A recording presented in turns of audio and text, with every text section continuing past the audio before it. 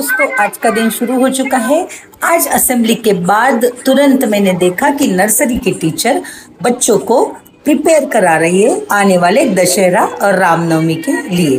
तो यहाँ पर बिहाइंड द सीन इसे आप कह सकते हो, टीचर्स की बहुत मेहनत होती है दोस्तों, क्योंकि बड़े बच्चों को पढ़ाना बहुत आसान है, वहीं छोटे बच्चों के लिए ये सारी चीजें थोड़ी सी मुश्किल हो जाती है। बहुत पेशेंस रखना पड़ता है टीचर। आज मेरे स्केड्यूल का एक इम्पॉर्टेंट पार्ट था पब्लिकेशन हाउस के रिप्रेजेंटेटिव्स के साथ मीटिंग। ऐसी मीटिंग में हम लोग स्कूल का syllabus, new book, reference material पर चर्चा करते हैं। इससे इंश्योर होता है बेस्ट क्वालिटी और अपडेटेड नॉलेज हमारे स्टूडेंट्स को मिले। हम हमेशा ध्यान रखते हैं कि बुक्स सिर्फ सिलेबस के हिसाब से ना हो, बल्कि स्टूडेंट्स के इंटरेस्ट और अंडरस्टैंडिंग लेवल को भी मैच करें। ये बहुत ज़रूरी है दोस्तों कि उनकी अंडरस्टैंडिंग लेवल क्या है वो देख के हमें वैसे ही पब्लिकेशन हाउस के बुक्स को सिलेक्ट करना होता है।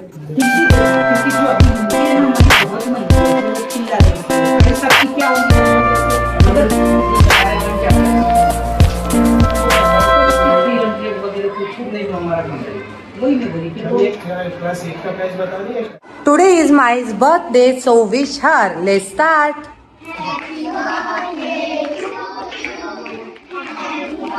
स्कूल में जब किसी स्टूडेंट का बर्थडे सेलिब्रेट किया जाता है अपने फ्रेंड्स के साथ, अपने क्लासमेट्स के साथ, तो इससे ज़्यादा खुशी उन्हें कभी भी नहीं होती है।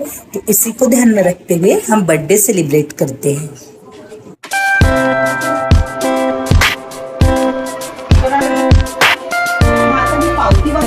हमारे स्कूल में एक खास इवेंट है, कल्चरल प्रोग्राम है गरबा नाइट का, जो रात को होने वाला है। वो सिर्फ स्टूडेंट्स के लिए नहीं है बल्कि पेरेंट्स के लिए भी है। तो इसी की तैयारी आज हो रही है। हमने इसके लिए पासेस डिस्ट्रीब्यूट किए हैं पेरेंट्स में और बच्चों में।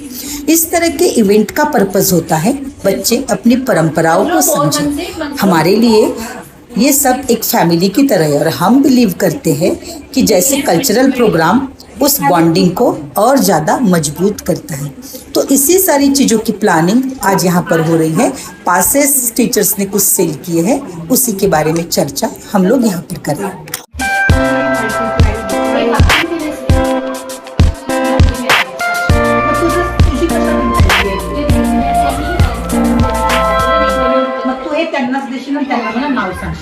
तो आपके कितने हुए मैडम?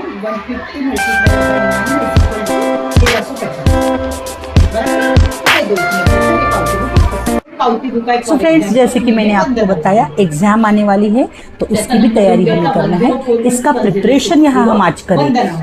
आज हमने किया। तो प्रिपरेशन में क्या होता है फ्रेंड्स कि बच्चों की सीटिंग अरेंजमेंट, उनके पेपर्स, कौन से एक्स्ट्रा क्वेश्चन हमें डालना है, कौन से पेपर को हमें चेंज करना है। फ्रेंड्स, मैं क्या करती हूँ, टीचर जब पेपर्स मुझे देते हैं पूरा सेट करके, तो रैंडमली किसी का भी एक पेपर निकाल के उसमें के कुछ क्वेश्चन में खुद चेंज कर देती हूँ, सिर्फ ये देखने के लिए कि बच्चों को लिमिटेड ही कराया जा रहा है या बच्चों को पूरा ही डिटेल स्टडी करने को कहा जा रहा है। तो ये मेरे टीचर्स को भी पता है, इसलिए वो डिटेल स्टडी ही कराते हैं हम।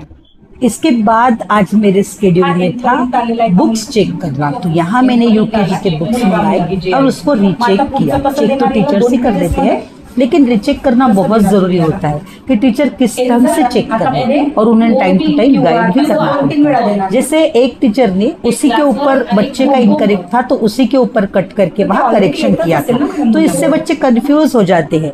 तो मैंने उन्हें समझाया कि इसे आप बाजू में फिर से लिखकर बच्चे को बता सकते हैं अपने रेड पेन से, जिससे कि वो समझ सके कि उसकी क्या मिस्टेक थी। इस तरह से ये भी मेरा एक डेली रूटीन का ही पार्ट है, जहाँ मैं किसी भी एक क्लास की रैंडमली बुक मंगाती हूँ और उसे मैं रीचेक करती हूँ। सो अब टाइम है टिप ऑफ द डे का। पेरेंट्स के लिए टिप, बच्चों को सकारात्मक प्रोत्साहन दे, उनके हर छोटी मोटी अचीवमेंट पर उन्हें प्रोत्साहन दे, उनकी तारीफ करें।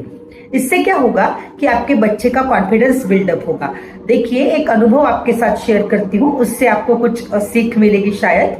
एक बच्चा था स्कूल में हमारे जो एवरेज स्टूडेंट था, 60-70% वो बच्चा लाता था हर बार। उसे मैथ्स के सम अलग से समझाए, उसे एक्स्ट्रा वर्क घर से करने को दिया और उसे तारीफ करके बहुत सारी चीजें करा के लिए अप्रिशिएट करके। इसका परिणाम क्या हुआ फ्रेंड्स, वो बच्चा जो 60-70 के बीच में रहता था फर्स्ट टाइम 79% पर आया। अब टीचर्स को बहुत खुशी हुई, हमको भी बहुत खुशी, हमने बहुत तारीफ वारीफ की उसकी। अब जब ओपन हाउस डे था, हमें ये एक्सपेक्टेशन था कि उसके पेरेंट्स भी उतनी ही सराहना उसकी करेंगे, उतनी ही तारीफ उसकी करेंगे। तो क्या हुआ, उसके पेरेंट्स आए और उन्होंने मुझसे कहा कि ठीक है मैम 79 मिले हैं, बाकी बच्चों को देखिए उनको तो 90-95 है, अभी भी ये उतना ठीक नहीं हुआ है। तो ये सुनते बराबर बच्चा एकदम से पैनिक फील करने लगा और उसे बहुत बुरा लगा। फिर टीचर्स ने बहुत समझाया, मैंने भी उन्हें समझाया कि आपको आपके बच्चे की प्रोग्रेस देखना चाहिए कि अगर वो 60-65 से अगर 79 पर जा रहा है तो ये उसके लिए बेटर है और वो धीरे धीरे स्टेप बाय स्टेप प्रोग्रेस करेगा, तो उतना संयम रखना होगा। नेक्स्ट डे जब बच्चा आया तो उसे टीचर ने कहा कि बेटा तुझे अब ऐसे ही रखना है, हाँ हमें अभी आगे आगे बढ़ना है। तो उसने कहा मिस लेकिन मेरी मम्मी ने तो कहा कि मैं वैसे नहीं बन सकता, मुझे 90% कभी नहीं आ सकते। तो ये बच्चों के मन में अगर निगेटिविटी आपको नहीं आनी देनी है तो उसी की प्रोग्रेस देखिए, ना कि दूसरों की। अगर वो 60 से 70 पर जा रहा है तो हमारे लिए तो वो एक बहुत बड़ी बैटल विन कर ले जितना है। तो ये थी हमारी पेरेंटल टिप। होप आपको आज का व्लॉग अच्छा लगा है। कमेंट करके बताइए आपको ये व्लॉग कैसे लगा है।